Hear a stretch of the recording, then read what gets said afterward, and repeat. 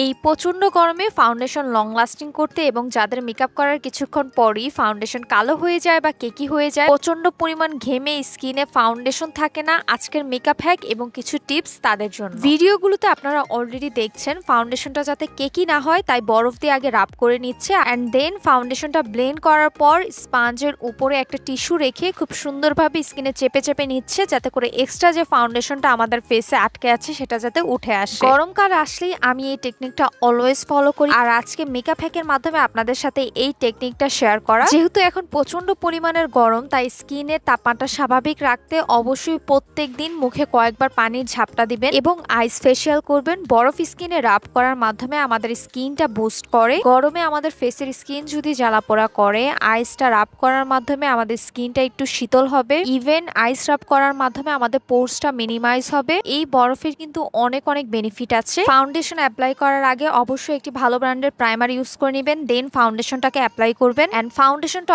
অবশ্যই ভালো ব্র্যান্ডের ওয়াটারপ্রুফ কভারেজ হতে হবে। আরেকটি বিষয় খেয়াল রাখবেন, ফাউন্ডেশনটাতে যাতে টাইটেনিয়াম ডাইঅক্সাইড নামে এই উপাদানটা না থাকে, কারণ টাইটেনিয়াম ডাইঅক্সাইড নামের এই উপাদানটা আমাদের ফাউন্ডেশনটাকে কালো করতে অনেক বেশি দায়ী। ফাউন্ডেশনটা স্কিনে খুব ভালোভাবে ব্লেন্ড করবেন যাতে কোথাও কম বেশি না থাকে। ফাউন্ডেশনটা লং লাস্টিং হওয়ার জন্য স্কিনে ফাউন্ডেশনটা সুন্দরভাবে ব্লেন্ড হওয়া এবং বসে থাকা অনেক বেশি জরুরি। ফাউন্ডেশনটা ব্লেন্ড করা হয়ে গেলে আমি স্পঞ্জের উপর টিস্যুটা বসিয়ে আবার ফেসে আরেকবার ব্লেন্ডের মতো হালকা চেপে চেপে নিব, দেন এক্সট্রা কিন্তু ফাউন্ডেশনটা উঠে আসবে। দেখেন এত গরমে মেকআপের আগে আইস রাব করার কারণে কি সুন্দরভাবে ফ্ললেসলি বসেছে। আমি জানি যে আমার এই ফাউন্ডেশনের শেডটা অনেক বেশি লাইট, বাট আর কোনো শেড না থাকায় বাধ্য হয়ে এই শেডটাই কিনতে হলো। মেকআপ কালো এবং কেকি হওয়া ঠেকাতে মাস্ট এই মেকআপ টেকনিকগুলো ফলো করবেন। নতুন আরো ভিডিও পেতে আমার পেজটি ফলো করবেন, ভিডিও শেয়ার করে দিবেন। টাটা।